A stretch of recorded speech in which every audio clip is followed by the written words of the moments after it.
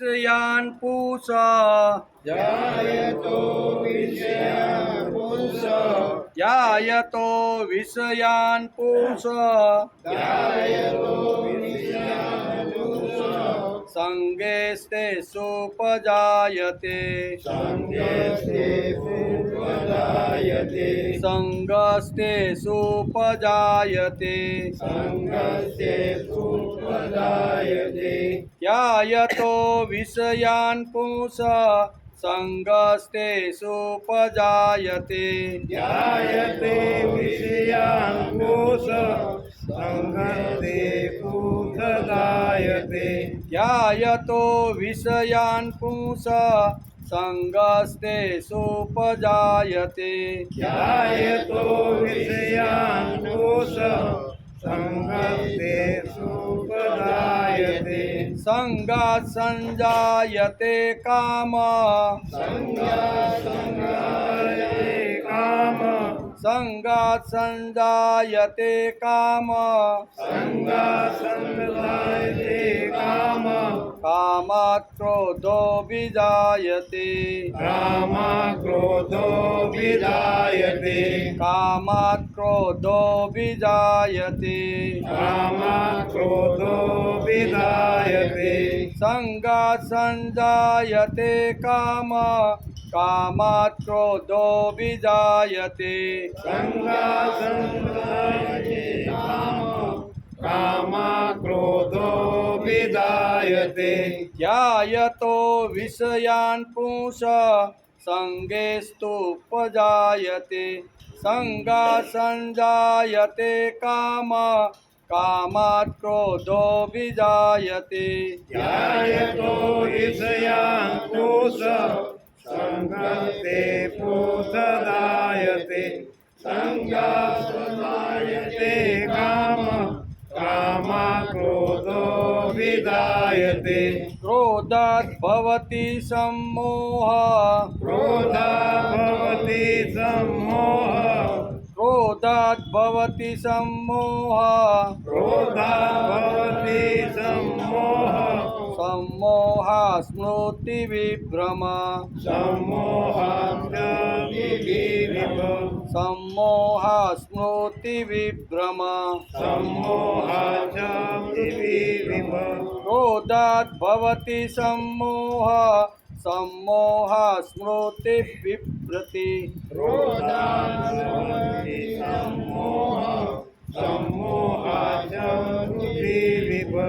स्मृतिभ्रंशाद् बुद्धिनाशो स्मृतिभ्रंशाद्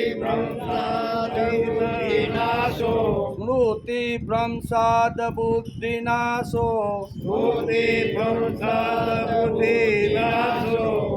बुद्धिनाशा प्रणश्यति बुद्धिनाशा प्रणश्यति बुद्धिनाशात् प्रणश्यति बुद्धिनाशा प्रणश्यति क्रोधात् भवति सम्मोह सम्मोहा स्मृतिविभ्रम स्मृतिभ्रंशाद् बुद्धिनाशो बुद्धिनाशात् प्रणश्यति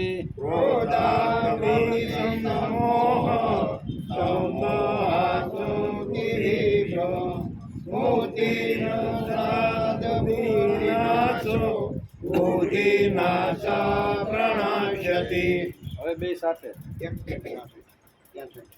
ध्यायतो विषयान् पुंसा संगेस्ते सुपजायते संगात् संजायते काम कामात् क्रोधो विजायते क्रोधात् भवति सम्मोह सम्मोहा स्मृतिविभ्रम स्मृतिभ्रंशाद् बुद्धिनाशो बुद्धिनाशा प्रणश्यति बुद्धिनाशा प्रणश्यति हरि ओम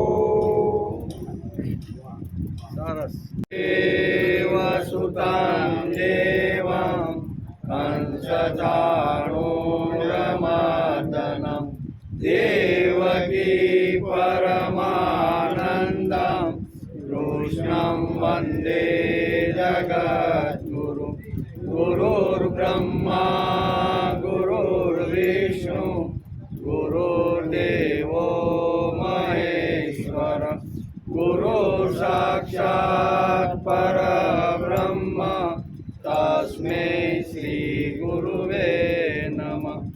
नारायणं नमस्कृत्यं नरं चैव नरोत्तमं देवीं सरस्वती व्यासं ततो जयमुदीरयेत्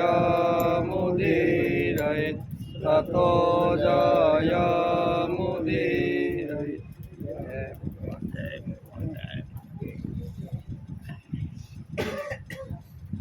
ध्यायतो विषयान् पुंसः संगस्ते सुपजायते संगात् संजायते काम कामात् क्रोधो विजायते। શ્રીમદ ભગવદ્ ગીતા ચિંતન શરૂ થયું એનો 124મો દિવસ આજે। ગઈકાલે આપણે શ્રીમદ ભગવદ્ ગીતા સાંખ્ય યોગના બીજા અધ્યાયના 61ના શ્લોકને નમસ્કાર કર્યા। તેમાં કર્મયોગી સાધકે ભગવાન અર્જુનને કહેશે કે કર્મયોગી સાધકે એ સમસ્ત ઇન્દ્રિયોને વશમાં કરી ને મારા પરાયણ થઈને બેસવું, કેમ કે જે સાધકની ઇન્દ્રિયો વશમાં હોય છે તેની જ બુદ્ધિ સ્થિર થાય છે। જેની ઇન્દ્રિયો વશમાં હોય તેની બુદ્ધિ સ્થિર થાય છે।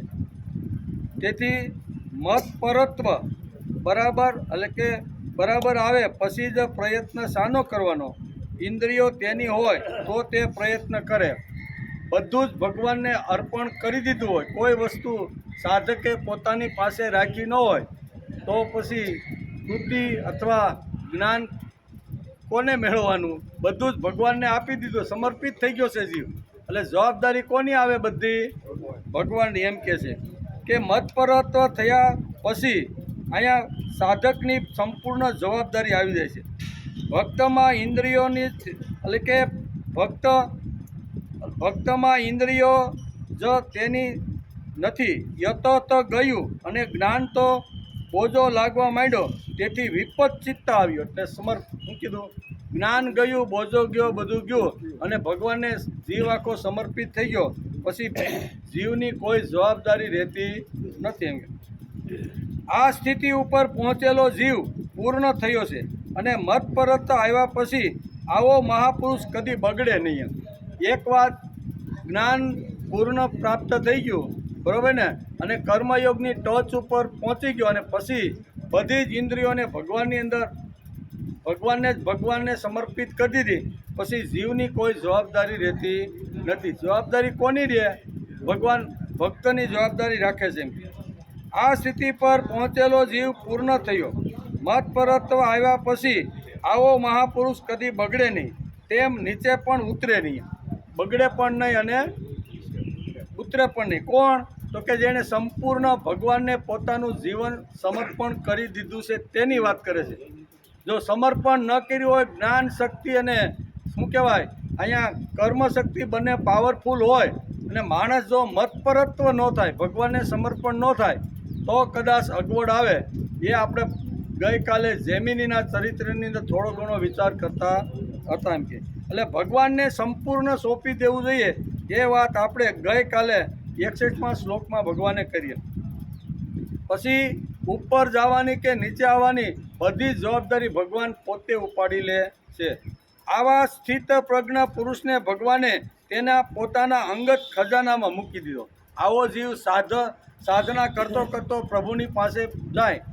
કઈ સાધના? 3 પ્રકારની। એક તો યતોત, પછી વિપચિત અને મતપરત્વ। આ 3 સંસ્કૃતના શબ્દો ભગવાને ગીતામાં કીધા છે। 3 વાતો એની અંદર પરિપક્વ થઈ જાય પછી આ જીવ જ્યારે મૃત્યુ પામી અને પરબ્રહ્મ પરમાત્મા સુધી પહોંચવાનો પ્રયત્ન કરે છે તો પરબ્રહ્મ પરમાત્મા એની તિજોરીમાં આ જીવને મૂકી દે કે બેટા હવે તારે ક્યાંય જવાનો નથી। આ સ્થિતિ ઉપર લાવવા માટે અહીંયા 3 વાતો શ્રીમદ ભગવદ્ ગીતાની અંદર 61 અને અહીંયા 61 અને 60 આ 2 શ્લોકની અંદર કરી છે। એટલે મત પરત્વ એટલે પ્રભુને સમર્પણ થઈ જવું ને, આ ખૂબ જ મોટી વાત છે। હવે આ રત્ન જ્યારે ભગવાનને દેખાડવું હોય ત્યારે ભગવાન તિજોરી ખોલીને દેખાડશે. પણ આવું જે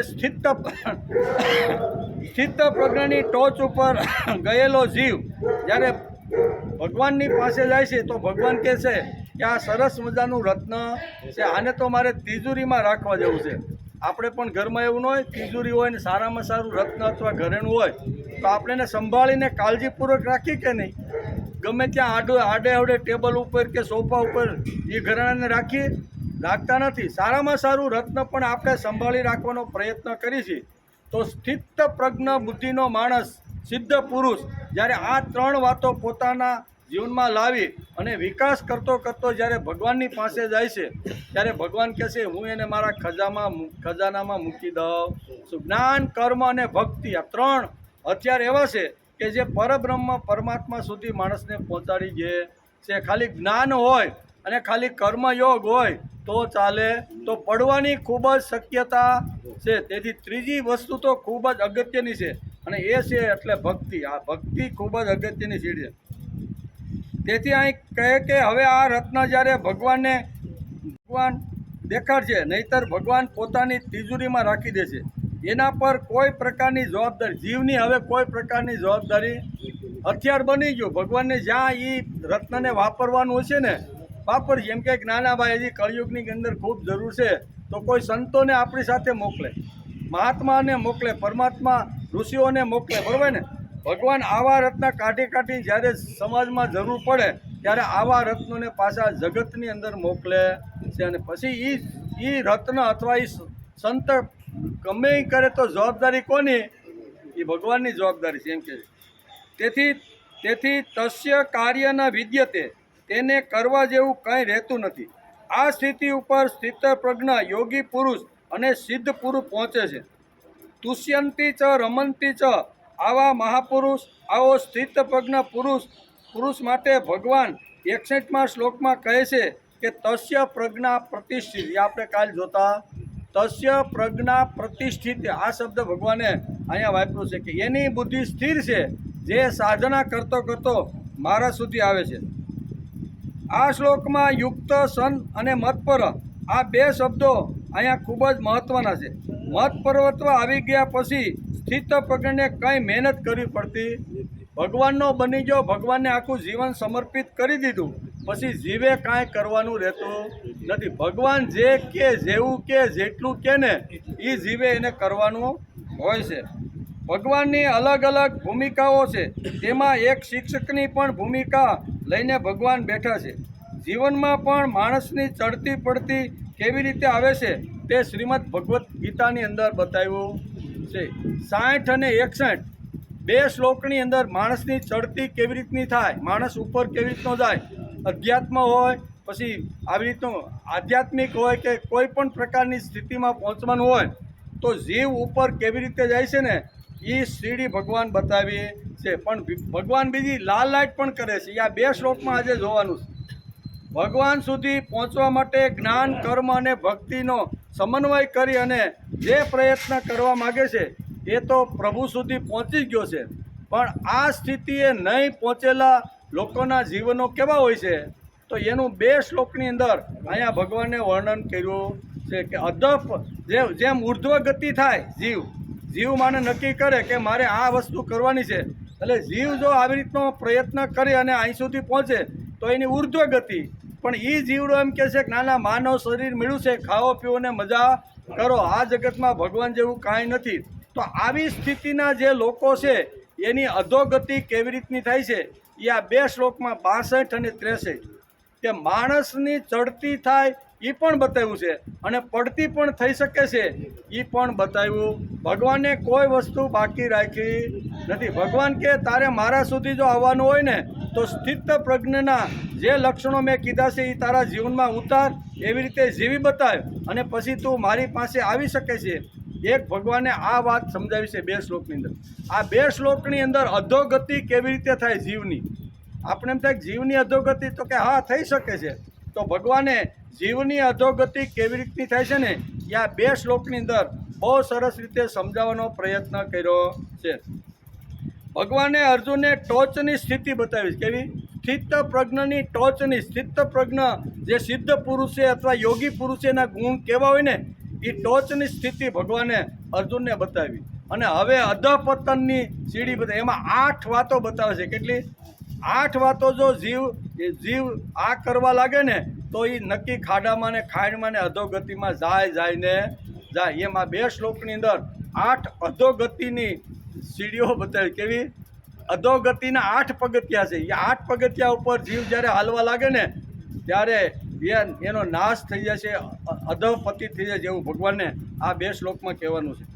તેથી અહીંયા ભગવાને અર્જુનને ટોચની સ્થિતિ બતાવી છે. યતત, વિપોચિત અને મતપરત. આ ટોચની સ્થિતિ છે. કેવી? આ 3 શબ્દો બતાવીને ભગવાને ઉત્તમ પુરુષ કેવી રીતનો હોય, ઉત્તમ પુરુષ કેવી રીતનો બની શકાય, બરાબર, એની વાત એણે આ 2 શ્લોકની અંદર બતાવી છે. આ સ્થિતિ પર બતાવ્યા પછી ભગવાન થોડા નીચે આવ્યા. હવે હું ટોચની સ્થિતિ બતાવી દીધી કે ભાઈ તારે મારા સુધી આવવું હોય, મારું ઘરેણું ને રત્ન બનવાનું હોય ને તો આટલી વાતો તારા જીવનમાં હોવી, એમ કરીને સ્થિત પ્રજ્ઞના લક્ષણો એણે શરૂઆત કરી. શુભાશુભથી શરૂઆત કરી, બરાબર, કે શુભ અને અશુભ, હાનિ અને લાભ, આ જે બધી જે વાતો છે ને એ સમસ્થિતિમાં રાખવાનો જે પ્રયત્ન કરે એને સ્થિત પ્રજ્ઞનો બુદ્ધિનો માણસ કહેવામાં. અહીંથી ભગવાને શરૂઆત કરી અને હવે માણસ નીચો કેવી રીતનો આવી શકે છે તો ભગવાને પણ થોડાક નીચે આવી અને અધપતિત માનવનું ચરિત્ર બતાવ્યું કે અધપતિત માણસ આ જગતની અંદર કેવો નષ્ટ થઈ જાય છે એનું વર્ણન ભગવાને 2 શ્લોકની અંદર કર્યું છે. આ સ્થિતિ બતાવ્યા પછી ભગવાન થોડા નીચે આવીને માણસને શું પજવે છે, શું હેરાન કરે છે તેનું વર્ણન કર્યું છે. જીવ તો આ જગતમાં આવ્યો પણ એને હેરાન કરનાર તત્વો કયા કયા છે એ 8 તત્વોની વાત ભગવાન કરે છે કે આ 8 તત્વો છે ને એ જીવને હેરાન કરી અને ખાડામાં નાખી જે છે, અધપતનના માર્ગ ઉપર લઈ જનારા આ 8 તત્વો છે એ ભગવાન થોડાક નીચે આવી અને ભગવાન અર્જુનને લાલ લાઇટ પણ બતાવે છે. જેમ ઉપર જવાની વાત કરી એમ નીચે પણ માણસ જઈ શકે છે એ કીધું. તેથી આ શ્લોકની અંદર ભગવાન કહે છે ધ્યાયતો વિષયાન પુંસ સંગસ્તે સુપજાયતે સંગાત સંજાયતે કામ કામાત ક્રોધો વિજાયતે. પહેલા શ્લોકમાં 4 અધોપતનના માર્ગ બતાવ્યા છે, બીજામાં 4 એટલે ટોટલ 8 એટલે 62મા શ્લોકની અંદર અધપતનનો માર્ગ કેવી રીતનો થાય છે, કેવી રીતનો જીવ અધપતનના ખાડામાં બતાવે છે એ અહીંયા બહુ સરસ રીતે 4 વાતો કહીને આપણે સમજાવો. વિષયાન પુષ એટલે વિષયાન એટલે વિષયોનું ધ્યાન એટલે ચિંતન, સતત વિષયોનું ચિંતન કરનાર જે જીવ છે તે એની વાત કરી છે. નહીંતર ઘણીવાર આપણને એમ થાય કે વિષયોનું ચિંતન કરવાવાળો માણસ ખાડામાં જાય તો હા એ તો વિષયનું ચિંતન કરવા લાગ્યો અને વિષયનું ચિંતન કરવા લાગે છે ત્યારે કેવી રીતે વાતો એના જીવનમાં આવે છે ને એ ભગવાન આગલી વાત કરે છે. તેથી કહે છે કે વિષયાન એટલે વિષયોનું, ધ્યાયત એટલે ચિંતન કરનાર, બીજો કોઈ વિચાર નહીં. એને વિષયો મને ક્યાંથી મળે, ભોગ ક્યાંથી મળે, મળ્યા પછી હું સારી રીતે કેવી રીતે ભોગવું, આ ધ્યાનની અંદર મગ્ન થયેલો એની વાત છે. કોનું? આમાં જે મગ્ન થઈ ગયેલો છે ને એનું અધપતન કેવી રીતે થાય છે એ ભગવાન સમજાવે છે. ધ્યાયતો વિષયાન પુંસ, પુંસ એટલે મનુષ્ય. આ પુંસ શબ્દ ભગવાને વાપર્યો છે. અલગથી એને જોઈએ તો પુંસ એટલે મનુષ્ય. મનુષ્યમાં સ્ત્રી પણ આવે અને પુરુષ પણ આવે. શું આવે?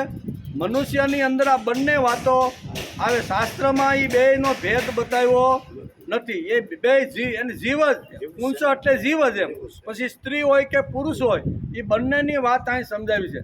નહીંતર એમ કે બેનો કે ભાઈ અમારું અધપતન તો ક્યાંય બતાવ્યું નથી એટલે અમારે તો ગમે તેમ ખાવા પીવા રહેવાની છૂટ હોય. પણ પુંસ શબ્દ ગીતામાં ભગવાને આવ્યો.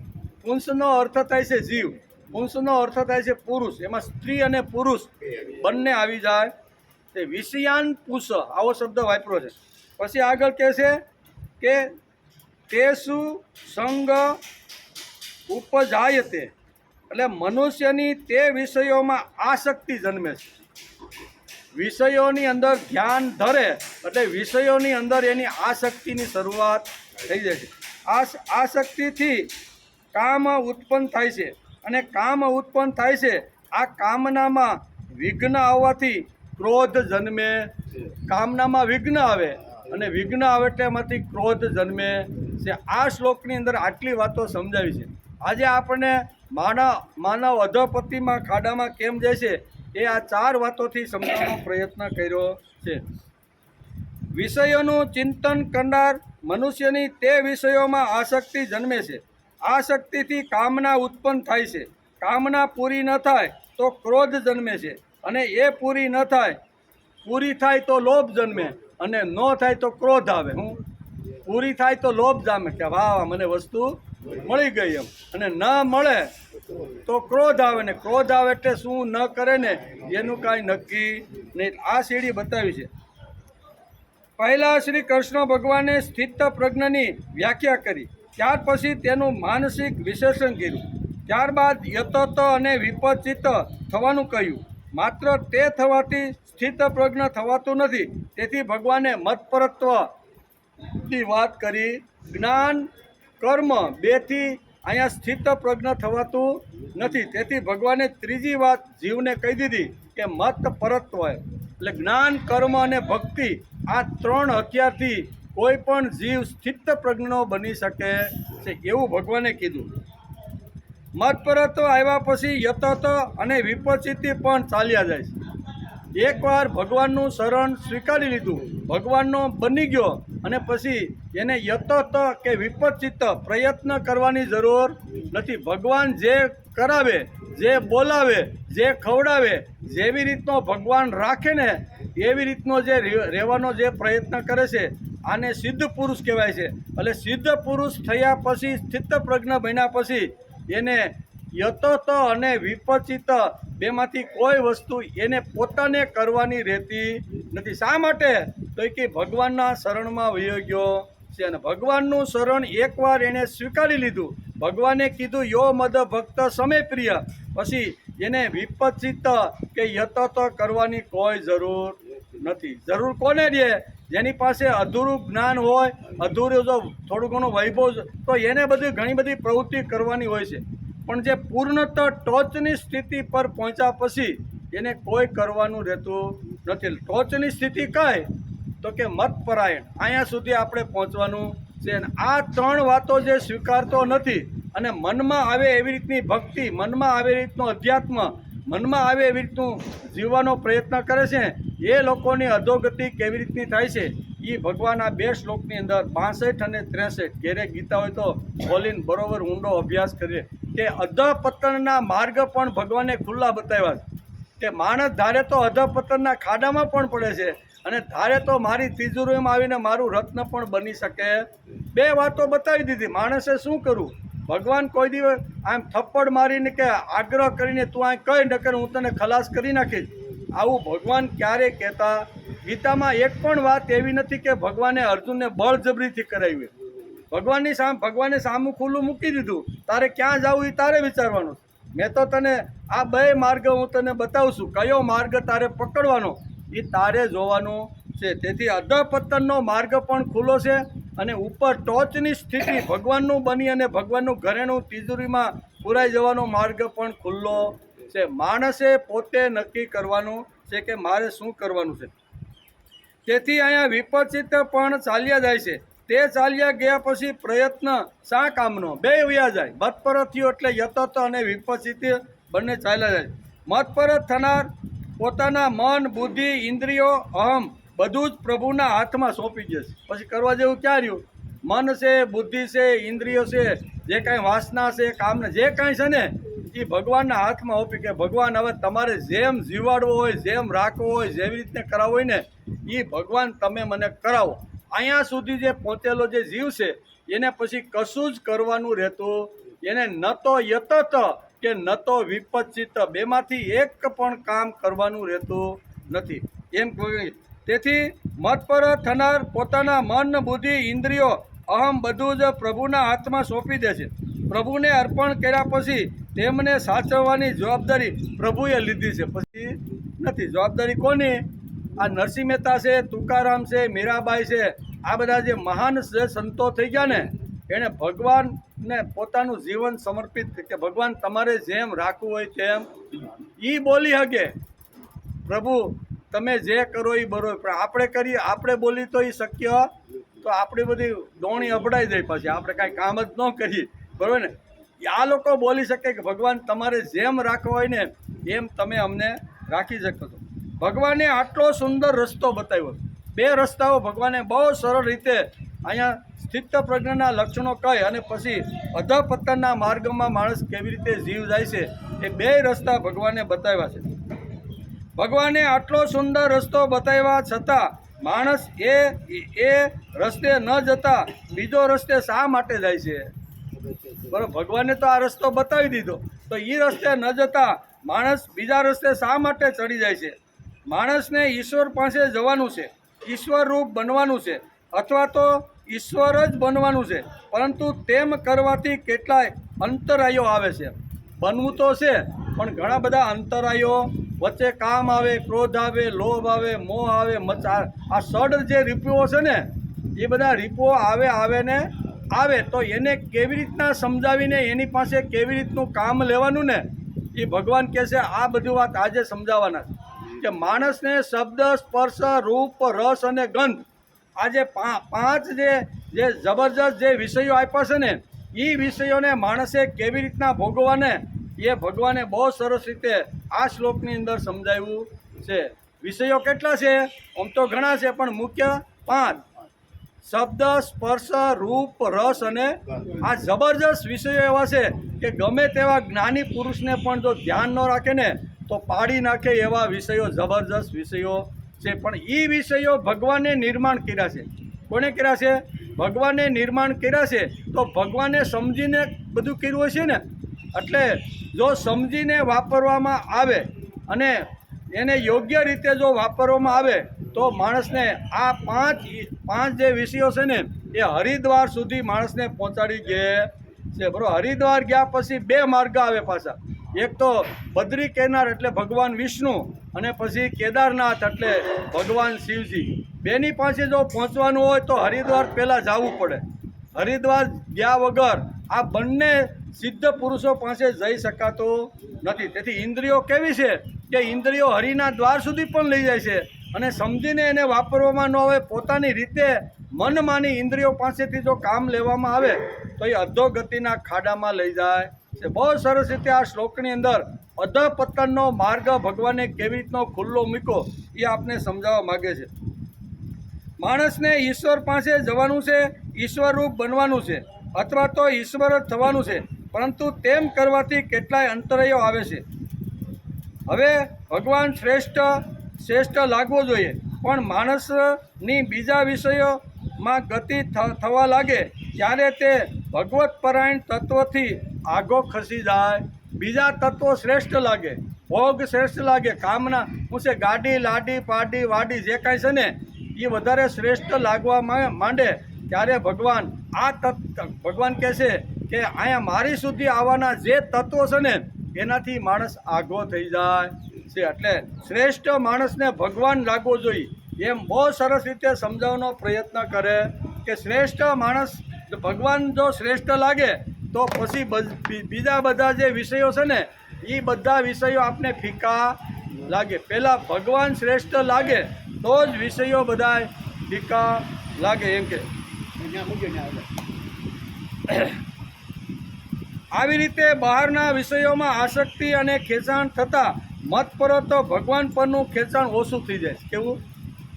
બહારના વિષયો તરફ માણસની આસક્તિ, મમત્વ અને આવી રીતનું આકર્ષણ થાય ને ત્યારે ભગવાન પ્રત્યેનું આકર્ષણ અને મમત્વ માણસનું ઓછું થઈ જાય છે. એટલે ભગવાન ઉપરનું મમત્વ, ભગવાન ઉપરનો ભાવ, ભગવાન ઉપરનો પ્રેમ જ્યારે વધે ત્યારે વિષયો જ માણસને હલકા લાગવા માંડે છે. પણ માણસ આવી કહે છે ને કે આવી રીતે બહારના વિષયોમાં આસક્તિ અને ખેંચાણ થતાં મતપરત્વ ભગવાન પર તેનું ખેંચાણ ઓછું થઈ જાય છે અને વિષયોની તરફ એ ખેંચાણ ચાલ્યું જાય છે. અને વિષયોની તરફ એકવાર જો માણસનું જીવનું ખેંચાણ શરૂ થયું તો અધપતનના માર્ગની શરૂઆત થઈ જાય છે. અહીંયા 62મા શ્લોકની અંદર ભગવાન બતાવે છે. ભગવાન આપણને નાનાના મોટા કરે છે. કોણ કરે છે? ભગવાન આપણને નાનાના મોટા કરે છે. સંભાળે છે. તેથી મત પરત તો આવવું જોઈએ, પણ બહારના વિષયોની આસક્તિ અને ખેંચાણને લીધે જીવ અધપતનના માર્ગ તરફ ચાલ્યો જાય છે. ભગવાન આપને સંભાળે છે, ભગવાન આપને જીવાડે છે. આપણે ઘણી વાર નાના કે અમે સહીને એટલે અમારા કુટુંબમાં બધું ચાલતું રહેલું કે આપણા વગર પણ કુટુંબની અંદર ઘણીવાર એવા અકસ્માતો થાય છે. ઘણા જીવો અથવા ઘણા ઘરની અંદર આપણે જ્યારે બેઠા હોય ત્યારે વાત કરે કે અમારો આ જે બાળક છે ને એ 3 મહિનાનો હતો ને ત્યારે એણે બાપને ગુમાવી દીધો. કેવા 3 મહિનાનો હતો ત્યાંથી બાપને ગુમાવી દીધો. યુવાન હતા, પહેલો જ બાબો હતો. એટલે પછી સ્ત્રીને કોઈ જગ્યાએ નવું ઘર તો માંડવું જ પડે. એના સગા સંબંધીને એના સસરાએ પણ કીધું કે દીકરી હવે હું તને બીજી જગ્યાએ પરણાવી દઉં. પરણેક નહીં, આવું થાય કે નહીં? એને પરણાવ્યા પછી આ 3 મહિનાનું જે બાળક છે ને એ કોના આધારે મોટું થાય છે? ભગવાનના આધારે. જીવ નાનાથી મોટો થાય. આજે માનો 30 વર્ષનો થઈ ગયો હોય તો એ જ બાળક આજે વેલ સેટ થઈ ગયો. એને મા પણ મૂકીને જતી રહી, બાપ ભગવાન પાસે વહી ગયો અને 3 મહિનાનો બાળક 30 વર્ષનો થયો ને તો એ 30 વર્ષનો કર્યો કોને ભાઈ? આજે જો તો એની પાસે ગાડી છે, એની પાસે બંગલો છે, એની પાસે સારો ધંધો છે, એના કાકા મામા માસા બધાય હતા એમ. પણ બધાએ કે હવે અમે શું કરીએ, અમારું માંડ પૂરું થાય છે, એમાં હવે આનું કેમ કરવું? તો એ બાળકની સમાજમાં ફરી તો આવા ઘણા કુટુંબમાં આવી રીતનું આપણે જોવા મળે છે. તો સંભાળ્યો કોને ભાઈ? 3 મહિનાનો જે બાળક હતો એ 30 વર્ષનો થયો. ભલે પછી પાડોશીએ કે કોઈ કુટુંબીએ થોડું ઘણું આમ તેમ ખાવા પીવાનું બધી, પણ એને સંભાળનાર તો ભગવાન જ છે. તેથી ગીતાકાર કહે છે ભગવાને આપણને નાના મોટા કરે છે, સંભાળે છે, તેથી મત પરત તો આવવું જોઈએ. ભગવાન આપણે સંભાળે છે, તેથી આપણા જીવનમાં મત પરત્વ આવવું જોઈએ. મત પર્વત એટલે ભગવાનનું શરણ, ભગવાનની અંદર આપણે ભળી જવું જોઈએ.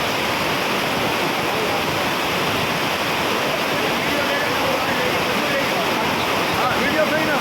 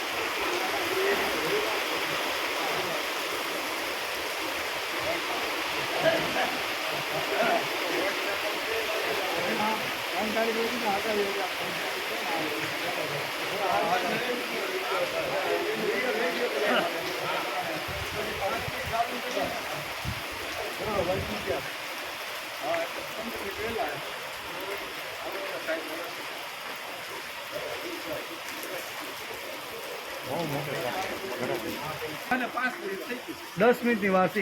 આ લઈ લે એટલે થઈ જાય. પછી કોઈ આવે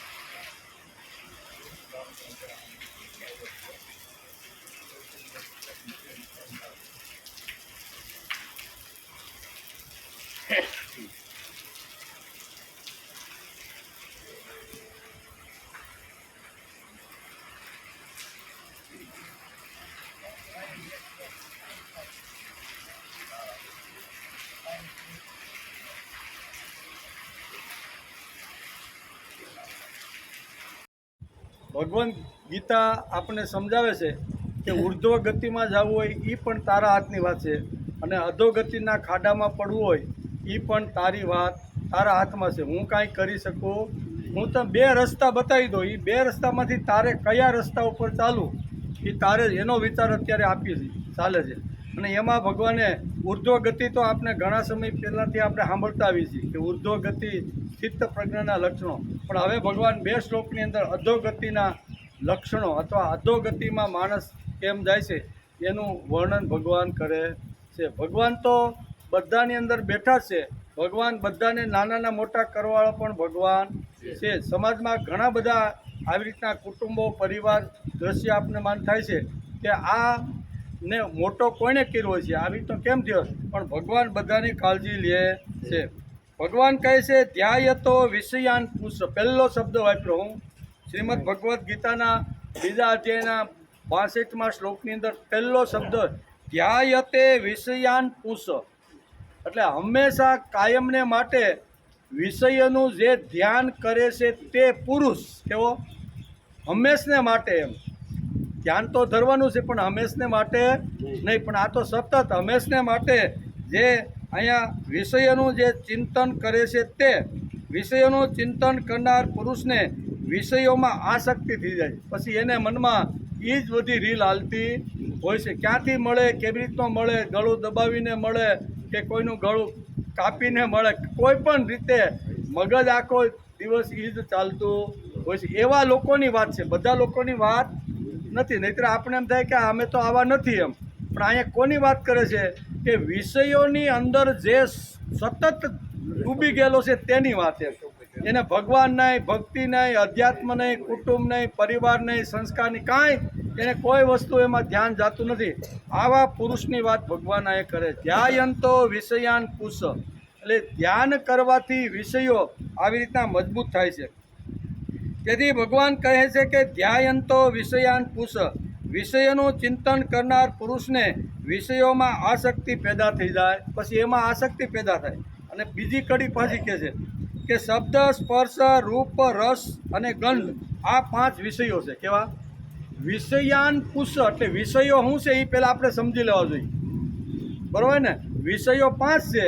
કેવા? શબ્દ, સ્પર્શ, રૂપ, રસ અને ગંધ, આ 5 પ્રકારના જે વિષયો. કારણ કે વિષયાન પુષ શબ્દ આ ભગવાને વાપરો છે કે જે મનુષ્ય આવી રીતનો વિષયોની અંદર જે ધ્યાન કરતો રહેશે તે શું થાય છે? શબ્દ, સ્પર્શ, રૂપ, રસ અને ગંધ આ 5 વિષયો છે. પ્રત્યેક વિષય એટલે શક્તિશાળી છે. કેવા? બધા જ વિષયો શક્તિશાળી છે કે તેના નાદમાં પડેલાને હેરાન કરી નાખે. એકવાર વિષયોના નાદમાં જીવ પડ્યો એટલે એ જીવને અહીંયા હેરાન કરી નાખે. આવા પાવરફુલ, શક્તિશાળી અને સશક્તમાન આવી રીતના વિષયો છે. કે પહેલો વિષય આપણે જોઈએ શબ્દ. એક વિષયનું જો સેવન માણસ કરે તો એની કેવી અધોગતિ થાય છે ને એ ભગવાને બહુ સરસ સમજાવ્યું છે. તો 5 વિષયો જે પુરુષની અંદર હોય એક સાથે તો એનું કેટલું અધપતન થાય. એક વિષયથી માણસનું જો અધપતન થઈ જતું હોય તો 5 વિષયો એક પુરુષની અંદર આવી અને જો સવારી થઈ જાય તો એ માણસનું કેટલું મોટું અધપતન થાય છે. પહેલો છે શબ્દ. કેવો?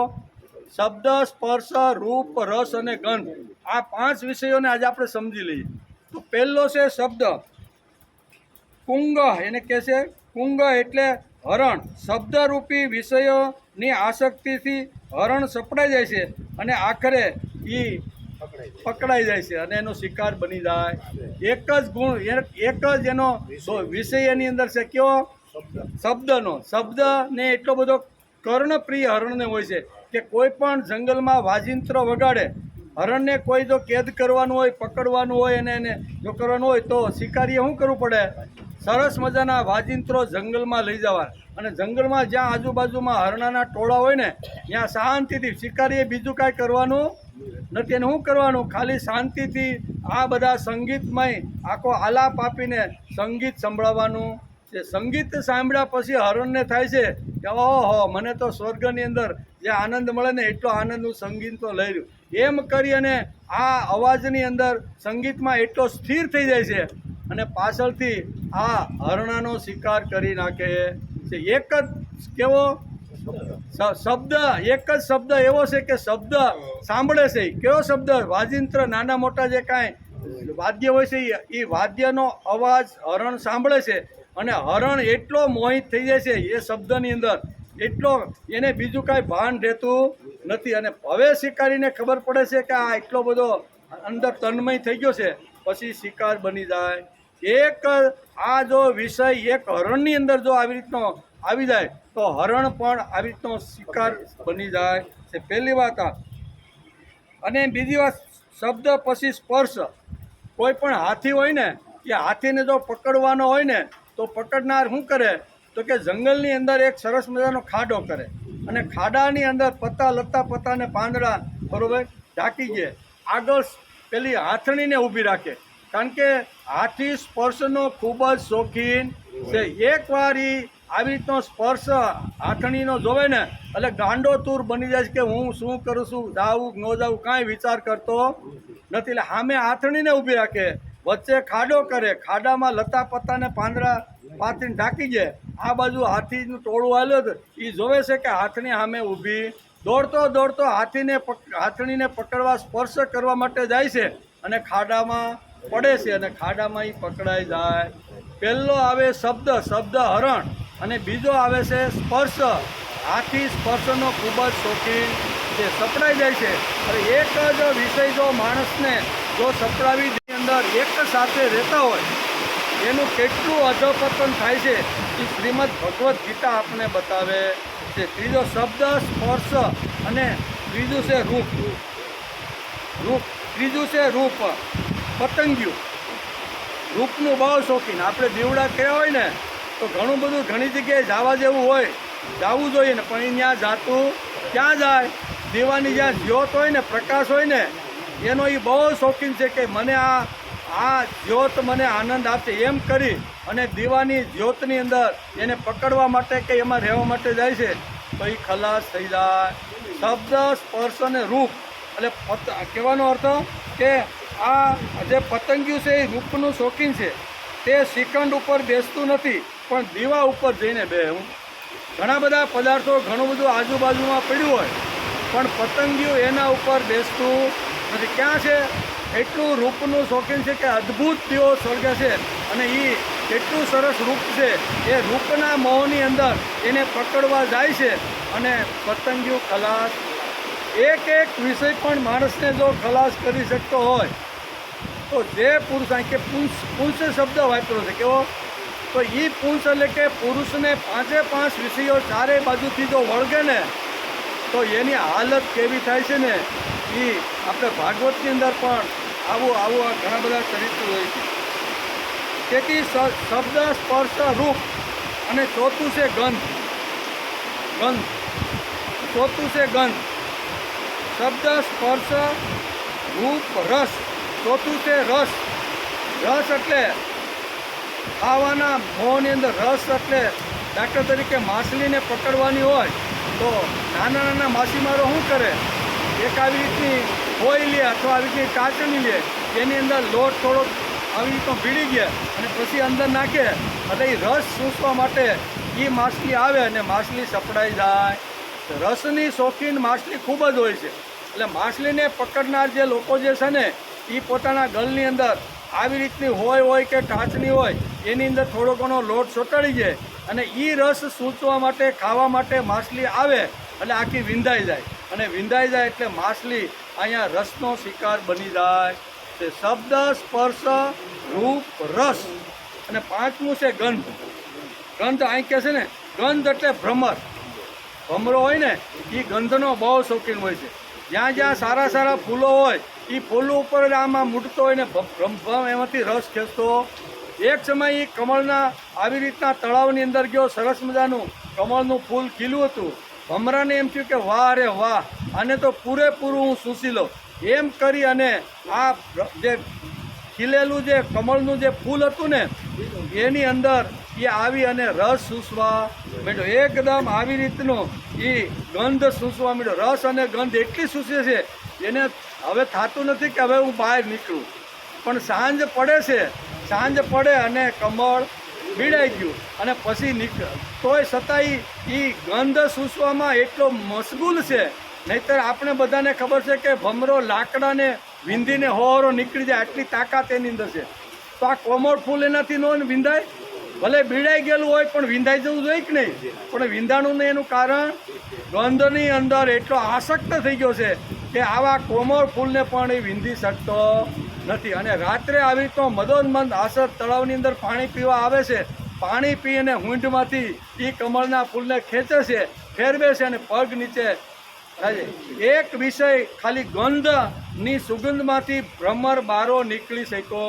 નકર એને થવું જોઈએ કાંઈ વાંધો નહીં, ઘણું થઈ ગયું, ખૂબ લીધી, હવે સૂર્ય આત્માની તૈયારી છે, હમણાં કમળ પીડાઈ જાય તેથી હું ઉડીને બીજી જગ્યાએ. પણ એ એટલો અંદર આસક્ત થઈ ગયો. એટલે શબ્દ, સ્પર્શ, રૂપ, રસ અને ગંધ આ ચાર દ્રષ્ટાંતો આપીને પૂજ્ય પાંડુરંગ શાસ્ત્રી આપણે આ વિષયાન પુષ્ય કે જે પુરુષ વિષયની અંદર આસક્ત થઈ જાય છે એની હાલત કેવી રીતની થાય છે એ પાંડુરંગ શાસ્ત્રી પોતાના ગીતા ઉપરના આ બીજા અધ્યાયના 52ના શ્લોકની અંદર આ દાદા આ વાત કરે છે કે આ વિષયો પાવરફુલ છે, વિષયો શક્તિશાળી છે. એકવાર વિષયોની અંદર માણસ આસક્ત થયો ને પછી મરી જાય ત્યાં સુધી બહાર નીકળવાનો પ્રયત્ન કરતો નથી. વિષયો ખરાબ નથી પણ એમાં આસક્ત થવું એ ખરાબ છે. આ ગીતાકાર આપને આ સમજાવે છે. આ જે 5 જે વિષયો છે ને એ ભાગવતની અંદર પણ લખ્યા છે. ભાગવતકાર લખે છે કે શબ્દ, સ્પર્શ, રૂપ, રસ અને ગંધ આ વિષયો કોને હેરાન કરે? તો કે જે એમાં આસક્ત થઈ ગયો છે તે. જે જાગૃત છે, જે જાગૃત છે, જે સજાગ છે અને જે પ્રવૃત્તિશીલ છે એને આ વિષયો અસર કરતા નથી. અસર કોને કરે છે? ભાગવતકાર વેદવ્યાસ લખે છે કે જે આળસુ માણસ હોય ને, બહુ શબ્દ સારો વાપર્યો છે ભાગવતમાં, કે આળસુ અને પ્રમાદી માણસ હોય છે એને જ આ 5 વિષયો હેરાન કરે છે. જે જાગૃત હોય છે એને આ વિષયો તો ઉપયોગી થઈને હરિદ્વાર સુધી પહોંચાડી દે છે. આ વિષયો ખરાબ નથી પણ વિષયની અંદર આસક્ત થાય છે, વિષયની અંદર આવી તો પ્રમાદી થઈને એમાં જ પડ્યો રહેશે. આળસની અંદર ભમરો આળસમાં જ પડ્યો રહે ને, કાંઈ વાંધો નહીં, હવાર થાય અને પાછું ફૂલ ખીલશે અને હું બારો નીકળી જાય તા તો એનું અસ્યુતમ કેસ્યુતમ થઈ ગયું. એટલે ભાગવતકાર વેદવ્યાસ અને અહીંયા શ્રીમદ ભગવદ્ ગીતાની અંદર બીજા અધ્યાયમાં ભગવાન અહીંયા બીજા અધ્યાયના 62મા શ્લોકની અંદર કહે છે કે જે આળસુ છે, જે પ્રમાદી છે એને જ વિષયો હેરાન કરે. સજાગ લોકોને, જાગૃત લોકોને વિષયો કોઈ દી હેરાન કરતા. એ તો એના ભાઈ બનશે કે બા આંખ કંઈ ખરાબ છે, સારું સૌંદર્ય જોવું, સારી વાત આવી રીતે જગતની અંદર જોવું તો આંખે આંખા આપણું જે જોવે છે તો એમાં કાંઈ ખરાબ છે? સારું જ છે એમ કે. પછી સ્પર્શ ખરાબ છે? ભગવાનનો સ્પર્શ થાય, ઋષિઓનો સ્પર્શ થાય, સંતોનો સ્પર્શ થાય, પ્રભુનો સ્પર્શ થાય. આ બધા જે સ્પર્શ છે એ ખરાબ નથી પણ એમાં જે આસક્ત થઈ જાય છે ને એ ખરાબ છે. અહીં લાલ લાઇટ બતાવે છે. નહીતર ભગવાને આ વિષયો લખવાનું આળસ 2 શબ્દ જો ન વાપરા હોત ને તો લોકો એમ જ કહે કે વિષયો ખરાબ છે, ખરાબ છે, ખરાબ છે, વિષય નડે, આવું કહે કે નહીં? પણ આ 2 શબ્દ મૂકીને ભગવાને કમાલ કરી નાખી. આળસુ માણસને, પ્રમાદી માણસને, ઊંઘણસી માણસને જ વિષયો હેરાન કરે, બાકી તાકાત નથી કે આ વિષયો એને હેરાન કરી. બહુ સરસ રીતે આ શ્લોકની અંદર અહીં કે ધ્યાયંતો વિષયાન પુષ. આ વિષયો હેરાન કોને કરે? જે જાગૃત ન હોય તેને. બાકી હેરાન બાકી તો આપણા ભાઈ બનશે ભાઈ, એની સાથે મોજ કરો ને. એ વિષયોથી 100 વર્ષ સુધી ટનાટન માણસ જીવી શકે છે. જોવાનું હોય, સાંભળવાનું હોય, બોલવાનું હોય, ખાવાનું હોય, સ્પર્શ થવાનું હોય, બરાબર? એના વગર માણસ જીવે ખરો? આપણે 100 વર્ષ સુધી માણસ જીવે છે એનું કારણ વિષયોનો આધાર લીધો છે. પણ વિષયમાં એટલા બધા આસક્ત ને એટલા બધા ડૂબી ન જાવ કે વિષયો તમને ખલાસ કરી નાખે. અહીંયા ભગવાનને આ વાત અહીંયા સમજાવવાની છે. તેથી આમાં જેમને એક એક વિષયનું આકર્ષણ છે તેમને તે વિષયો ખલાસ કરી નાખે છે. તો જેને 5 વિષયો ચારે બાજુથી ઘેરી લીધા હોય એ પુંસ એટલે માણસ એટલે કે મનુષ્યની શું હાલત થાય, બરાબર ને? તેથી ધૂંધુકારીને 5 વિષયોથી ઘેરી લે. એની લખ્યું છે ભાગવતમાં કે 5 એની લલાંગનાઓ હતી. કેટલી? 5 લલાંગનાનું વર્ણન ભાગવતે વેદવ્યાસે ભાગવતની અંદર કર્યું છે. એ કે આ 5 જે વેશ્યાઓ અથવા હતી ને બધી, એણે કોની બોચી પકડી? ધૂંધુકારીને, કે તું ગમે તેમ કરીને અમને આ વિષયો મળવા જોઈએ, આકર્ષક છે એમ કરી એનું ગળું પકડે કે નહીં. અને એ જે એની અંદર ડૂબી ગયો છે એ ગમે તેમ કરીને પણ આ વિષયો એને પૂરા પાડે કે નહીં. અને પૂરા પાડવામાં એનું જીવ જોખમમાં આવે કે નહીં. જોખમમાં આવીને ખલાસ થઈ ગયો, રાત્રે ને રાત્રે ખલાસ. કહેવાનો અર્થ કે એક સાથે જો 5 વિષયો માણસ ઉપર જો હુમલો કરે તો માણસની કેવી હાલત થાય છે. પણ આ ભગવાન બહુ સ્પષ્ટ રીતે કહે છે, ભાગવતકાર વેદવ્યાસ પણ કહે છે કે એ વિષયો હુમલા કરે પણ જે જાગૃત હોય એને આ વિષયો કોઈ બગાડી શકતું કે કાંઈ ખલાસ કરી શકતું. આટલી સરળ ભાષા ભાગવત અને ગીતા આપણે સમજાવે છે, બહુ સરળ રીતે સમજાવવાનો પ્રયત્ન કરે છે. તેથી આમાં જેમને એક એક વિષયનું આકર્ષણ છે તેમને તે વિષયો ખલાસ કરી નાખે છે. તો જે માણસને 5 વિષયો વળગે તેનું શું થાય? આ બધા વિષયોના ખેંચાણથી માણસનું મત પર્વત તો ચાલ્યું જાય છે. મત પર્વત એટલે ભગવાનનું શરણ ચાલ્યું જાય. ભગવાન ગયો અને વિષયો એના ઉપર સવાર થઈ ગયા. નકર હંમેશા ભગવાનની ઉપર અથવા ભગવાનના વિચારો સાથે માણસને સંલગ્ન હોવું જોઈએ, પણ એ ન થતાં વિષયોની ઉપર માણસ સવાર થઈ જાય છે. આ બધા વિષયોના ખેંચાણ લીધે મત પર્વત ચાલ્યું જાય છે. ભર્તુહરિ રાજા કહે છે, ભર્તુ રાજા હરી શું કહે છે કે માણસને વિષયો છોડતા નથી. વિષયો એટલા આકર્ષક છે, એટલા આવી રીતના પ્રભાવિત છે કે એ માણસને છોડી શકતો નથી. એમ કે એમ ભર્તુહરિ કહે છે. દીવો કેટલો દાહક છે તેને પતંગિયાને ખબર નથી. શું છે? દીવો કેટલો દાહક છે અને પણ રૂપ શું કહે છે ને કે રૂપનો શોખીન છે. દીવો કેટલો દાહક છે તેને પતંગિયાને ખબર નથી, તેથી તે તેમાં પડીને બળી મરે છે, ખલાસ થઈ જાય છે. એને તો ખબર નથી, એને તો રૂપને આવી રીતનું સૌંદર્યની જ વાત છે, એટલે એને ખબર નથી કે આ દીવાની જ્યોત પાસે જાય તો હું ખલાસ થઈ જાય. એને તો ખબર નથી. જેમ કે માછલીને પણ ખબર નથી કે આ કાંટામાં હું ફસાઈ જઈશ તો મારું મૃત્યુ નક્કી છે, એને પણ ખબર નથી. આ બંને તો મૂર્ખો છે જ. એને ખબર ન હોય એટલે શું કરે ભાઈ? ખબર ન હોય એમ થાય કે સરસ મજાનો રસ છે, હાલો સૂંચી લઈ એટલે માછલી સપાઈ જાય. સરસ મજાનું રૂપ છે, જરીક જોઈ લઈ એટલે આવી રીતનું આ જે પતંગિયું સપડાઈ જાય. આ બે તો હાલો મૂર્ખ છે. કેવા? આ બે તો મૂર્ખ છે, અજ્ઞાની છે, તો તેને મરવા દ્યો. પરંતુ જે માનવ તરીકે શરીર લઈને જે આવ્યો છે એને તો આ બધી ખબર છે ને કે વિષયો કેવી રીતના ભયંકર અને છે. બહુ દીવાની જ્યોતની અંદર જે ખલાસ થનાર પતંગિયાને ખબર ન હોય, માછલીને ખબર ન હોય, પણ આ તો બુદ્ધિમાન પ્રાણી છે ને, એને તો માણસને ખબર હોવી જોઈએ ને કે આ વિષયોમાં હું આસક્ત થઈ જાય તો મારું અધઃપતન નક્કી છે. તેથી બંને તો મૂર્ખ છે, બંને અજ્ઞાની તો છે, તેમને મરવા દો. પરંતુ અમે માનવો બધું જાણવા છતાં બધું સમજવાવાળા, બધું સાંભળીએ છીએ, સમજીએ છીએ, પણ વિષયોનો મોહ આપણને છૂટતો. આ માછલી અને પતંગિયાને તો જવા દો ભાઈ, એ તો અજ્ઞાની છે એટલે એને કાંઈ ખબર પડતી. પણ આપણે બધું ઘણીવાર શાસ્ત્રો સાંભળ્યા હોય, સંતોના પ્રવચનો સાંભળ્યા હોય, સારી જગ્યાએ બેસીને સારી વાતો આપણે સાંભળી હોય, ઘણું બધું આપણે પ્રાપ્ત કર્યું હોય છે. પણ આ મનુષ્ય સાંભળ્યા છતી વાંચ્યા પછી આ જાય છે, એ જ ભગવાન કે મને આશ્ચર્ય થાય છે. ભગવાને આ 5 વિષયો શબ્દ, સ્પર્શ, રૂપ, રસ અને ગંધ નિર્માણ જ કર્યા ન હોત તો જીવનનો કંઈ અર્થ જ ન રહે. માણસ જીવે કોના આધારે ભાઈ? જોવું તો જોઈ સરસ મજાનું, સાંભળવું તો જોઈ, સુગંધ તો સારી વસ્તુ હોય એની લેવી તો જોઈ, ખાવા માટે જીભ ભગવાને આજે આપ્યું છે. આ બધા શબ્દ, સ્પર્શ, રૂપ, રસ, ગંધ આ બધું તો જોઈ. એના આધારે તો આપણે હસતા રમતા કિલોલ કરતાં 100 વર્ષ સુધી આપણા કેમ પૂરા થઈ જાય ને એ પડે ખબર? વર્ષ વીતી જાય ને એકું હાલતો હોય તો આપણે ખબર પડે, પણ આધાર કોનો લીધો? વિષયોનો. પણ અહીંયા ગીતા કહે છે કે વિષયોની અંદર એટલું ધ્યાન ન ધરો કે વિષયો તમને ડૂબાડી દે. આ ગીતાને આટલું જ કહેવાનું છું. ધ્યાયંતો વિષયાન પુષા શબ્દ બહુ સરળ.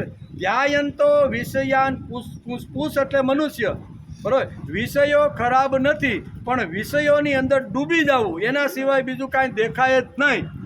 આ વાત ખરાબ છે. નકર વિષયો જો ખરાબ હોત તો ભગવાને જે સૃષ્ટિની રચના બ્રહ્માજી પાસે જે કરાવી એમાં આ બધા વિષયો સર્જન કર્યું ત્યારે વિષયો ભાઈ હુકામ મૂક્યા?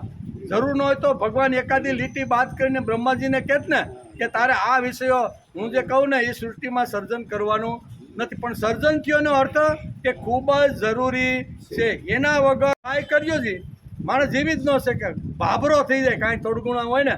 એટલે આ વિષયો તો માણસને જોઈ પણ કેવી રીતે વાપરવા, ક્યાં વાપરવા, કેટલા વાપરવા, બરાબર ને, એ માણસને ભગવાને સરસ મજાની બુદ્ધિ આપી છે. તો બુદ્ધિથી માણસે વિચાર કરી લેવો જોઈએ. ગીતા બહુ સરળ રસ્તે આપણે લઈ જાય છે.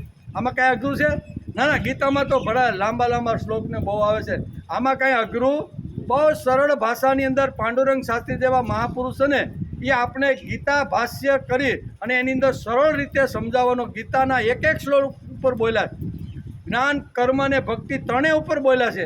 પણ આ બધું સમજાવવા માટે જબરજસ્ત મહાપુરુષે પ્રયત્ન કર્યો છે. તેથી વિષયો હોય તો જ આપણે 100 વર્ષનું આયુષ્ય હસતા રમતા આપણે જીવી શકીએ છીએ. વિષયો આપણે નિર્માણ કર્યા નથી. વિષયો નિર્માણ કરવાની શક્તિ આપણામાં નથી. વિષય નિર્માણ તો ભગવાને કર્યા. આપણી તાકાત છે વિષયો ભગવાને નિર્માણ કર્યા છે. એ ભગવાને નિર્માણ કર્યા હોય તો એ વિષયોની ખૂબ જરૂરિયાત હોય.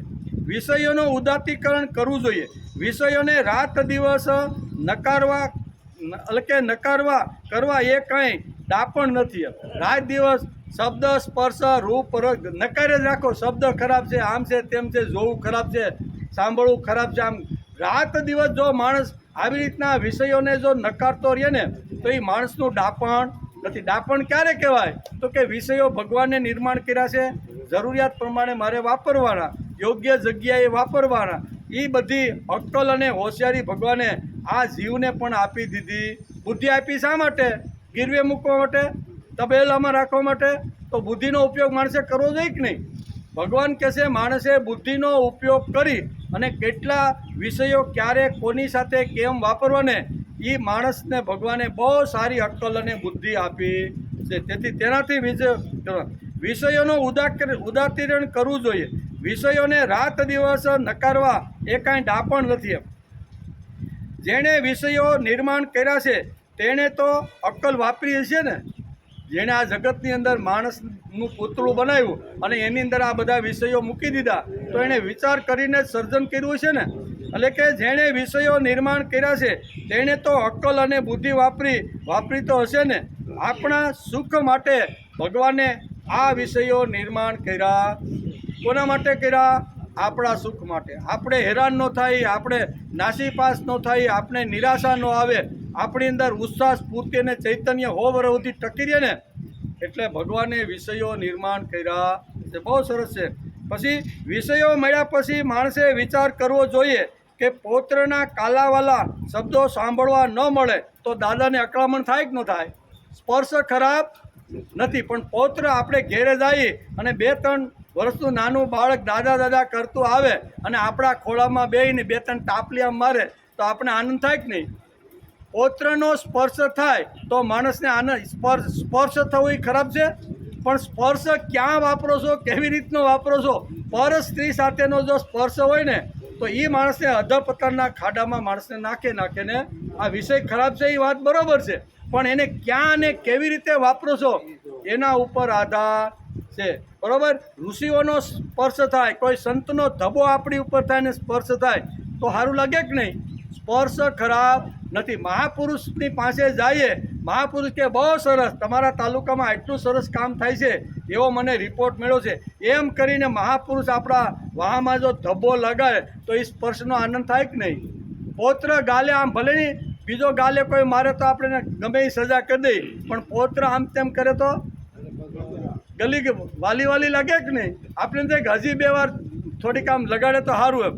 એ સ્પર્શ ખરાબ નથી, પણ વાપરવો ક્યાં, કેવી રીતે વાપરવો એની અક્કલ અને હોશિયારી માણસની અંદર હોવી જોઈએ. વિષયો મળ્યા પછી માણસે વિચાર કરવો જોઈએ કે પૌત્રના કાલાવાલા શબ્દો સાંભળવા ન મળે તો દાદાને અકળામણ થાય. પત્નીની મધુર વાણી જો સાંભળવા ન મળે તો પુરુષને અકળામણ. શબ્દ ખરાબ નથી, પણ ઘરે ગયા પછી પત્નીની એકદમ સુંદર વાણી જો સાંભળવા ન મળે ને તો માણસને અકળામણ થાય. તેથી શબ્દ ખરાબ નથી એમ કે. પૌત્ર પત્નીના શબ્દો સાંભળવાની જેટલી તાલાવેલી છે તેવી તાલાવેલી ભાવગીતો સાંભળવાની, સ્તોત્રો સાંભળવાની, ગીતા સાંભળવાની માણસને તાલાવેલી હોવી. જેટલી પૌત્ર અથવા સ્ત્રીનો સ્પર્શ થાય, બરાબર, એના પ્રત્યે આપણો થાય તો એટલી જ તાલાવાલી મારે આ ગીતા સાંભળવામાં, સ્તોત્ર સાંભળવામાં, ન આપણે ભણેલા હોય તો સાંભળવામાં તો કાંઈ વાંધો નથી ને. પણ આપણે જવાનું ક્યારે? સ્તોત્ર પૂરા થાય, ત્રિકાળ સંધ્યા પૂરી થાય, શું કહેવાય, ભગવદ્ ગીતાના શ્લોકો પારાયણ પૂરું થાય, પછી નિરાતે ખંભા ઉપર આપણે રૂમાલ નાખીને કે હાલો હવે જાય. એટલે ઘણીવાર આવું થતું હોય છે. તો અહીં કહે છે કે માણસે આવી રીતનું જીવન જીવવાનો પ્રયત્ન કરવો. કાનની અંદર ખરાબ શબ્દ જાય તો એ માણસને આસક્તિ થઈને ખાડામાં નાખે, પણ કાનની પાસે જો આવી રીતના શબ્દો આવે તો એ માણસને ઉર્ધ્વગતિમાં લઈ જાય. ગીતા સાંભળ્યા પછી માણસને એમ થાય કે મારે આવું બનવું છે. મહાપુરુષના શબ્દો કાન ઉપર જાય, કાન ઉપર અથડાય તો મારે આવું થયું. સંતોના ભજનો છે, સંતો જે ગાય છે ને એ વાણી જો મારા કાનને મળે ને તો હું પણ આમ થાવ. તો એ કાંઈ સાંભળવું કાંઈ ખરાબ છે? વિષય તો છે જ, પણ વિષયને કેવી રીતે માણસ વાપરે છે એના ઉપર આધાર છે. તેથી શબ્દ, સ્પર્શ, રૂપ, રસ અને ગંધ આનું ઉદાત્તીકરણ થવું જોઈએ. કેવું? અધપતન નહીં, પણ ઉદાત્તીકરણ. એ વિષયો ભગવાને મને આપ્યા છે એનું ઉદાત્તીકરણ કરી અને હું ભગવાનનું ઘરેણું બનું, ભગવાનનો રત્ન બનું ને ત્યાં સુધી મારે પહોંચવાનું છે. વિષયો માણસને હરદ્વાર સુધી પહોંચાડી દે અને એ પહોંચવા માટે આ શબ્દ, સ્પર્શ, રૂપ, રસ ખૂબ જ અગત્યના છે. એમાંય કહે છે પૌત્ર પત્નીના શબ્દો સાંભળવાની જેટલી તાલાવેલી છે તેટલી તાલાવેલી ભાવગીતો, સ્તોત્રો, ગીતા સાંભળવાની તાલાવેલી છે. ગીતા સાંભળવી, મહાપુરુષના પ્રવચનો સાંભળવા કે ઋષિની વાણીનો અભ્યાસ કરવો તો કાનને પ્રિય લાગે. કાંઈ શું કહેવાય, વિષય ખરાબ નથી, પણ વાપરીએ છીએ ક્યાં એના ઉપર આધાર છે. ગીતાના શબ્દો સાંભળવા અથવા અંદરથી અત્યંત શિવમ, સુંદરમ, સત્યમ આવો અવાજ આવે એકવાર, ભગવાનનું સ્મરણ કરતાં કરતાં, ધ્યાન કરતાં કરતાં ભગવાનની અંદર માણસ જ્યારે લીન થઈ જાય છે ત્યારે અંદરથી એક આવો અવાજ આવે છે કે બેટા તું સત્ય છે, બેટા તું શિવમ છે, અને તું સત્યમ, શિવમ, અને તું સુંદર છે. આવો અવાજ માણસને સાંભળવો ગમે કે નહીં? કે ભગવાન પોતે જ મને અંદર આવીને કહે છે કે બેટા તું સત્ય છે, શિવમ છે અને સુંદર છે. શબ્દ સાંભળવી મજા આવે કે નહીં? આ ઉદાતી અહીં કહે છે શબ્દ, આ વિષય તો છે જ, એ હારા માણસને પાડી દે, બરાબર. એ શબ્દ કોઈ વટે માર્ગું જાતો હોય ને વાંક ન હોય અને બે ટોપરા જેવી વાણી બોલો તો શું થાય? માર પડે કે નહીં? બરાબર, માર પડે આપણે.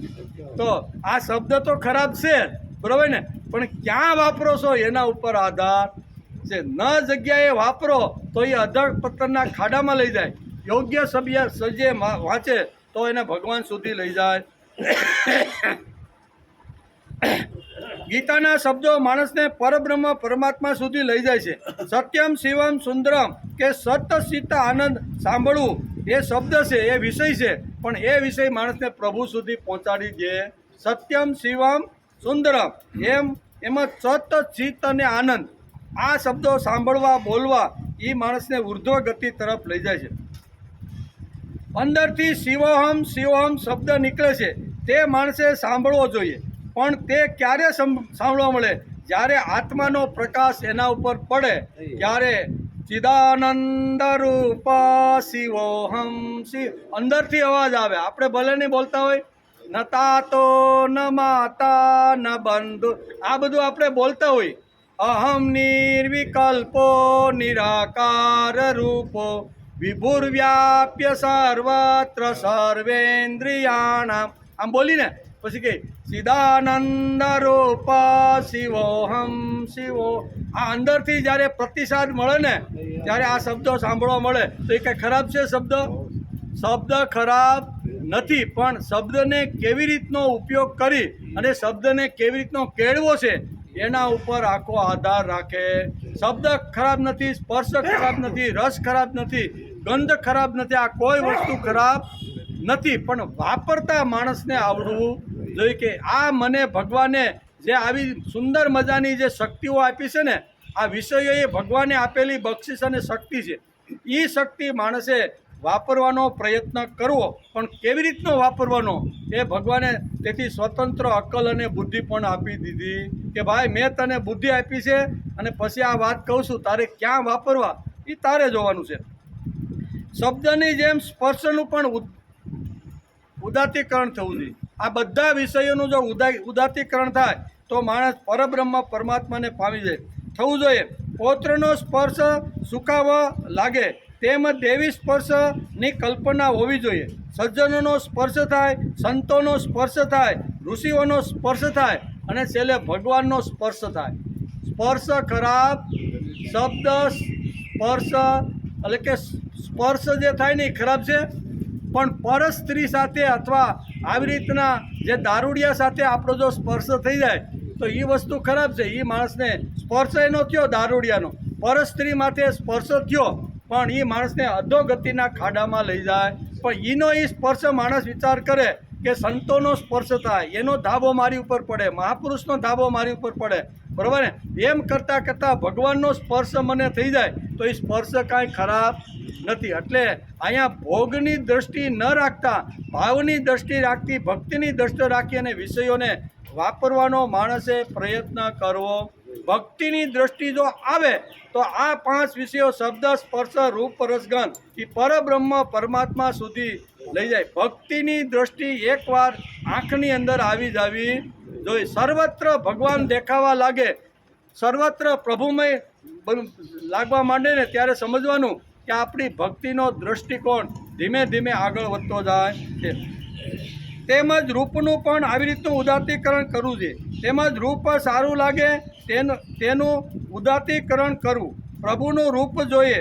વિષયનો રસ છે તેના કરતાં વિદ્યાનો રસ શ્રેષ્ઠ છે. ભાઈ વિષયનો રસ તો છે જે આપણે સુખ કરી શકે, થોડાક સમય સુધી વિષયો આપણે એ રસથી આનંદ આપી શકે. કેરીની સિઝનમાં કેરીનો રસ ખાઈ તો 2-4 કલાક આપણે આનંદ મળે કે નહીં? બહુ સરસ કેરી હતી, બહુ સારી હતી, પણ એની સાથે વિદ્યાનો પણ માણસની અંદર રસ જવો જોઈએ. વિદ્યાનો રસ જાય તો એનું અહીં કહે છે કે જેમ તેનું ઉદાત્તીકરણ પ્રભુનું રૂપ એટલે કે પ્રભુનું રૂપ તેનું ઉદાત્તીકરણ કરવું જોઈએ. પ્રભુનું રૂપ જોઈએ. વિષયોમાં રસ છે તેના કરતાં વિદ્યાનો રસ સારો. છેલ્લે બ્રહ્મ રસ સુધી માણસે પહોંચવાનું. ભક્તિ માર્ગમાં આવ્યા પછી માણસે બ્રહ્મ તત્વ સુધી પહોંચવાનું. ભગવાનનો ડાયરેક્ટ, બ્રહ્મનો ડાયરેક્ટ મને આવી રીતનો રસ મળે અને એ જ રસની અંદર મીરા હાથમાં વીણા લઈને ગાય છે કે નહીં? નરસિંહ મહેતા પણ હાથની અંદર કડતા લઈને ગાય છે કે નહીં? તુકારામના હાથની અંદર જ્યારે મંજીરા આવે છે ત્યારે એ રસ ગાતા રહેલા. કેવા? એ ભગવાનનો જે રસ છે ને એ ભગવાનના રસનો એકવાર બ્રહ્મ રસનો તત્વનો માણસને સ્પર્શ થવો. સ્પર્શ ખરાબ નથી. એમ વિષયોની ગંધ કરતાં સદગુણોની ગંધ સારી. કેવી? વિષયોની ગંધ કરતાં સદગુણોની ગંધ આપણા જીવનમાં આવે એ ખૂબ સારી છે. તેવી જ રીતે દેવી જીવનના જે લોકો છે, જે આવી રીતના પ્રભુ સુધી પહોંચવા માટેનો જે લોકો પ્રયત્ન કરે છે, આવા લોકોનો સંગમાં રહી તો એ સ્પર્શ એને શ્રેષ્ઠ ગણવામાં. જે સજ્જન છે, જે સારા છે, જે પ્રભુ તરફ જવાનો પાપા પગલી કરીને જે સંસારી પ્રયત્ન કરે છે એનો સહવાસ માણસને અંદર હોય, માગણ હોય, ચોર હોય, લૂંટારું હોય, એનો જો સહયોગ થાય તો આપણી અંદર એના કરતાં બુદ્ધિ શક્તિ અને શરીર શક્તિ ઓછી હોય ને તો એ આપણને અધપતનના ખાડામાં નાખી જાય. પણ એના કરતાં વધારે શક્તિ જો આપણી પાસે હોય તો ગમે તેવા હરામખોરને પણ માણસ આગળ લઈ જાય છે. એનું સ્પષ્ટ ઉદાહરણ નારદજી છે, બરાબર ને? વાલિયો તો આવી જ રીતનો હતો ને, પણ વાલિયા કરતાં અજબ શક્તિ નારદજી પાસે હતી, તેથી એમણે એને આવી રીતનો બનાવવાનો પ્રયત્ન કર્યો છે. પણ આપણી શક્તિ દારૂડિયા કરતાં, લૂંટારા કરતાં જો ઓછી હોય ને, અને આપણો જો એને સ્પર્શ થઈ જાય ને, તો આપણને એના જેવા બનાવી દે. કેવા?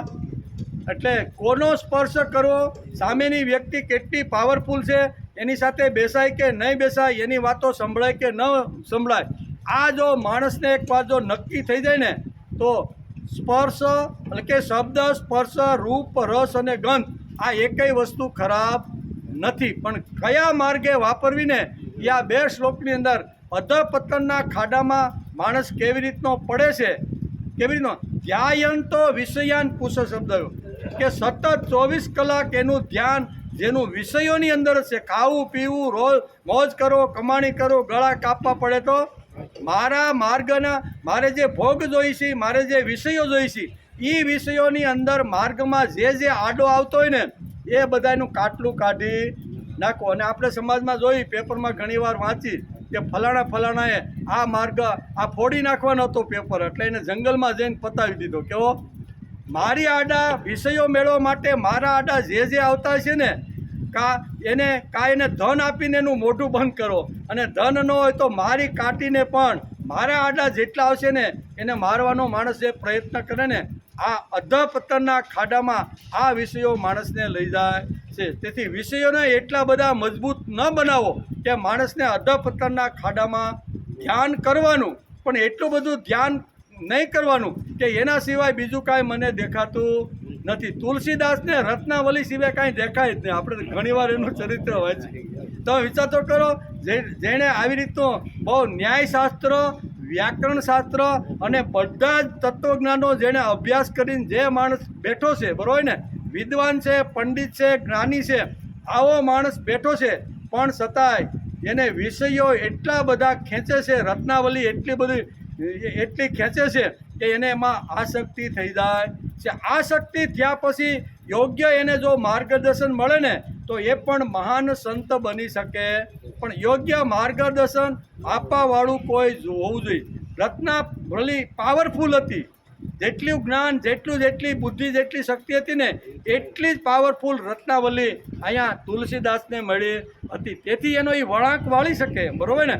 એટલે કહેવાનો અર્થ, કદાચ વિષયો આપણે જો ખેંચતા હોય અને વિષયો જો આપણે આંધળા બનાવતા હોય, બરાબર, મળાને પણ જો ત્રાપો ગણી અને જો ગંગા પાર માણસ જે કરી જતો છે, એ વિષયોની અંદર કેટલો આસક્ત થયો. મહાપુરુષના, સંતોના ચરિત્રો આટલા માટે વાંચવાના કે આવા ચરિત્રો પણ પડ્યા છે, અને પડ્યા પછી પણ એ ઉપર પણ ગયા જઈ શકાય એવું કાંઈ નથી. સંત તુલસીદાસ તો પડી ગયેલા જ હતા, આસક્તિ એટલા ડૂબી ગયા હતા, અને રત્નાવલી સિવાય કાંઈ, એ તું જ મારો ભગવાન છે. એણે કીધું ભગવાનમાં થોડુંક ધ્યાન આપો, તું જ મારો ભગવાન છે, મારે બીજો ભગવાન ક્યાં ગોતવા જવાનો. હવે એટલા તો આપણે પત્ની સાથે આસક્ત તો નથી ને, એના કરતાં તો હારા સહી ને, તોય આપણે પહોંચી શકતા નથી. એમ તુલસીદાસ આટલા આસક્ત હોવા છતાં પરબ્રહ્મ પરમાત્માને પામી ગયા, અને આજે એની ચોપાઈઓ ગવાય છે, એની હનુમાન ચાલીસાઓ ગવાય, જબરજસ્ત ચરિત્ર એને આખું નિર્માણ કર્યું. એકવાર વિષયોને જો સારા માર્ગનો ઉદાત્તીકરણ થાય, એનું શું કરવાનું?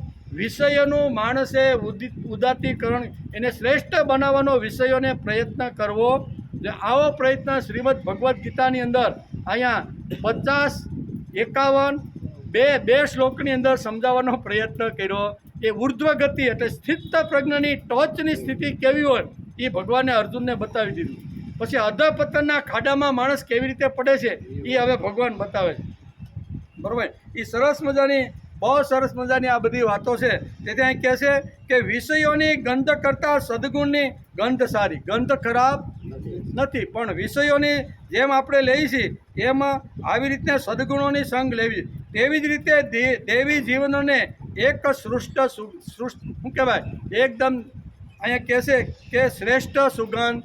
જે દેવી લોકો છે, ભગવાનના જે બની ગયેલા છે, ભગવાનનો બનવાનો પ્રયત્ન કરે છે, સંતો છે, મહાપુરુષો છે, ઋષિઓ છે, એની સુગંધ જો માણસ લેતો, માણસ ક્યાંનો ક્યાંય સુધી પહોંચી જાય. મને તો વાલ્મીકીની સુગંધ જોઈએ એમ માણસ વિચાર કરે તો કુજંતમ રામ રામેતિ મધુરમ મધુરાક્ષરમ આરુહ્ય કવિતા શાખા વંદે વાલ્મીકી કોકિલમ. સુગંધ તો લેવાની જ છે, પણ કોની? આ વાલ્મીકીના વિચારોની, વાલ્મીકીની સુગંધ જો માણસ લે ને તો એ પ્રભુના પગ સુધી એ સુગંધ માણસને પહોંચાડી દે. આવી રીતના દરેક વિષયનું ઉદાત્તીકરણ કરવાનું બહુ સરસ મતું અહીંયા ભાગવતમાં વેદવ્યાસે લખ્યું છે. અને ભગવાન અત્યારે અહીંયા અર્જુનને ઉદાત્તીકરણ અને વિષયોને કેવી રીતનો વળાંક આપી શકાય એણે 50 અને 51માં શ્લોકની અંદર બધી વાતો કરી દીધી. હવે એ જો ન વાપરે, શક્તિ મેં આપી છે એ શક્તિનો મિસયુઝ કરે, ખોટો ઉપયોગ કરે, ન વાપરે, તો અર્જુન આ લોકોની ગતિ કેવી રીતની થાય છે ને એ તું મારી પાસેથી સાંભળ. એમ કરી અને અહીંયા ભગવાન અહીંયા 2 શ્લોકની અંદર ધ્યાયતો વિષયાન પુષ સંગાત ધ્યાયતો વિષયાન પુષ સંગે સ્તુપ જાયતે સંગાત સંજાયતે કામ કામાત ક્રોધો બી જાયતે. આજે આપણે એક જ વાત સુધી પહોંચ્યા છે, આપણે 8 વાત સુધી પહોંચવાનું છે. ધીમે ધીમે બરાબર વરસાદ રહી ગયો છે એટલે ધીમે ધીમે હવે ટાઈમ પણ 5 મિનિટ આપણે વહેલો પૂરો કરી. કહેવાનો અર્થ કે ભગવાન અહીં કહે છે કે હે અર્જુન, વિષયોનું ચિંતનમાં આસક્તિ જન્મે છે અને આસક્તિથી કામના ઉત્પન્ન થાય છે. અને કામનામાં જો વિઘ્ન આવે તો જેણે વિઘ્ન કર્યું છે એને ખલાસ કરી અને મારી કામના પૂરી થવી જોઈએ. અહીંયા સુધી અત્યારે ભગવાન આ શ્લોકની અંદર આપણે સમજાવવા માગે છે. આવતીકાલે આપણે અહીંયા જ આવવાના છીએ, બરાબર ને? અહીંયા જ. એટલે આવતીકાલે આપણે આવીશું ત્યારે આ શ્લોકની અંદર બહુ સરસ આ વિષયોને આપણે પહેલાં સમજી લઈએ. શબ્દ, સ્પર્શ, રૂપ ઘણીવાર ભેળસેળ થઈ જાય, થાય કે નહીં? ઘણીવાર આપણે એમ થાય કે 5 જ્ઞાનેન્દ્રિય ને 5 કર્મેન્દ્રિય કોને ગણવી? હાલો, તો ઘણીવાર એમાં ભેળસેળ થતી હોય છે. તો એની આપણે ક્લિયરિટી કરવાનો અહીંયા પ્રયત્ન કર્યો છે કે શબ્દ, સ્પર્શ, રૂપ, રસ અને ગંધ. પાંડુરંગ શાસ્ત્રી પૂજ્ય દાદા આને અલગ અલગ વિષયોની અંદર અલગ અલગ આવી રીતના જીવ કેવી રીતના ફસાઈ ગયા એનું સુંદર મજાનું શબ્દ, સ્પર્શ, રૂપ, રસ અને ગંધ જે વેદવ્યાસે જે વાત કરી છે એ જ વાત ભગવાનના શું કહેવાય ભગવાનના શ્લોકો વાંચીને મહાપુરુષ આપણને આ રસ્તે ને આ વાત સમજાવવા માગે છે. આવતીકાલે આપણે આવશું ત્યારે આ શ્લોકની અંદર થોડુંક આગળ શું કહે છે એનો વિચાર આવતીકાલે, બરાબર ને? શનિવારે પ્રોગ્રામ છે, 2 દી વસુદેવ સુતં દેવં કંસચાણૂરમર્દનમ દેવકી પરમાનંદમ કૃષ્ણં વંદે જગદ્ગુરુ. ગુરુર્બ્રહ્મા ગુરુર્વિષ્ણુ ગુરુર્દેવો મહેશ્વર ગુરુર સાક્ષાત પરબ્રહ્મ તસ્મૈ શ્રી ગુરુવે નમઃ. નારાયણં નમસ્કૃત્યં નરં ચૈવ નરોત્તમં દેવીં સરસ્વતી વ્યાસં તતો જય